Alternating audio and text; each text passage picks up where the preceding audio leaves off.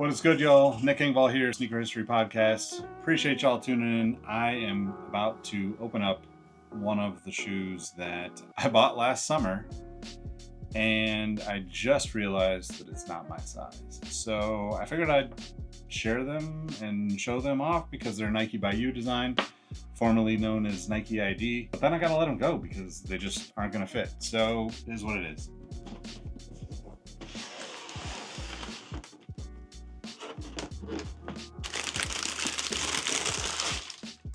It hurts. It hurts. They're so good. And of course, the options on Nike by You have changed drastically since I made these. I guess a little piece of advice, don't be like me. Make sure the kicks that you order are your size when you get them. I have made a terrible habit of buying shoes and leaving them in boxes for months, sometimes years, because I get all wrapped up in just wanting to have them and not knowing if they'll ever come back. So this is one of those shoes that I did that with, and I'm not gonna lie, it sucked. What can you do? Air Max 1, Nike by You. This is from the summer of 2023.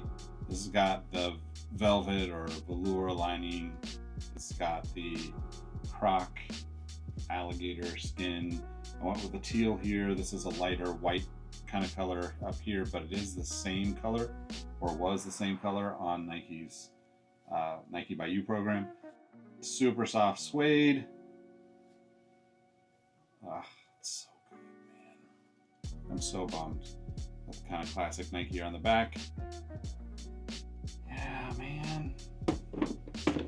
I think one of my favorite things about these pairs when they had them on ID is they came with these keychains, hang tags, whatever you want to call them. And you can see that it's got a little Nike Air logo on it. This one's got the Air Max logo on it.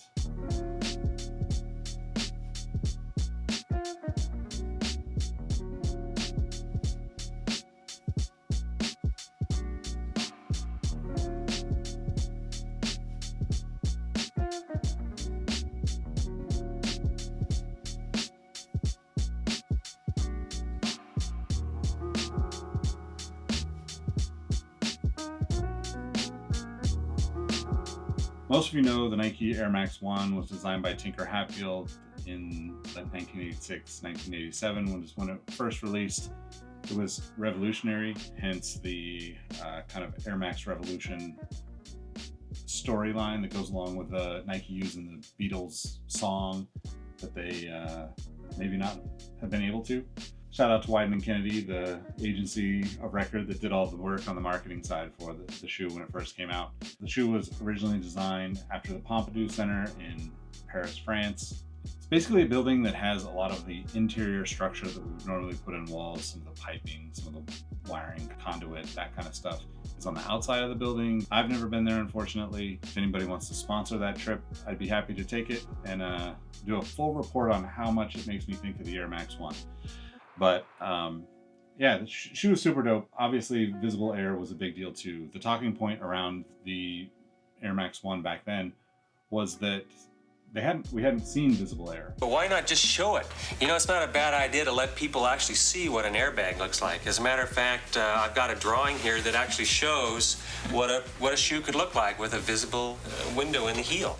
If you follow the Sneaker History Podcast or the blog, or if you read any of my writing on other platforms, I've got a newsletter that goes out a couple times a week. I was talking about a guy named Marion Franklin Rudy, who was a NASA engineer that actually came up with the idea, or basically brought to life Nike Air as we know it. Basic idea is to inflate the air cushion with something that simulates what's happening in your lungs. Very, very, very simple, but complicated as hell. I just had to make it work, and I made it work. And obviously it's not just air back then. They were using all sorts of different things to try to get it to work. But we know it as air or vis air if you're an old school guy like me, or visible air. Obviously you see the air bubble, you know what an Air Max is. But what I wrote about recently is the Air Max naming has not always been the same. For instance, the shoe up here, I guess you guys can't see that. This is an Air Max 180. Has the 180 degree outsole. You know, back in the day, this came out in 1991, and it was kind of mind blowing to be able to see translucent bottoms and air bubbles on the bottom. These obviously need to be redone. I'll get my guy Mario Restores to do that for me here in the near future once the retros come out. But this shoe was called the 180 and not the Air Max 180 originally. But the naming convention changed throughout the years. Kind of a common thing, honestly, with a lot of sneakers throughout the years, because you got to figure that brands change, people, standards change. It doesn't always stick through to be exactly the same all the way through. You could even say that about Jordan boxes, Jordan labeling, that kind of thing. Some Jordans said Air Jordan, some of them didn't. Some of them had Nike Air on them, you know the story, Jumpman on the back, all that kind of stuff. Brands are always trying to figure out how to make things new, but also keep their heritage alive. And the naming convention of Air Max was just an interesting topic that came up in the Discord on a call. We have a community call once a month. Actually, technically we have two of them. One of them is trivia night. We were talking about it in Fano, shout out to Fano. He is Archive 2K. You see him on the Sneaker History Instagram occasionally. Asked the question of what is an Air Max? And I think the common answer for me is that it is just a visible air unit. To me, that was the thing as a kid I always wanted, but it's been inconsistent from the brand. Nothing wrong with that. You know, it's tough to keep those standards. And honestly, you never know when something is going to change direction. It's possible that that 180 that I just showed you could have taken on a whole new life and became 180 through and through for the rest of time or whatever. But it evolved into shoes like the Air Max 93, it evolved into shoes like the Air Max 95, the 97, all the way up until the recent stuff like the Air Max DN. But anyway, this is my Nike by You Air Max 1. Obviously, the inspiration for that is one of my favorite shoes of all time and a very famous sneaker colorway you're probably familiar with. This is one of my pairs. The Nike SB Tiffany Dunk. I'm not sure. I don't know. How'd I do? You get the vibe, right? This is kind of what I was going for. I mean, this colorway is beautiful.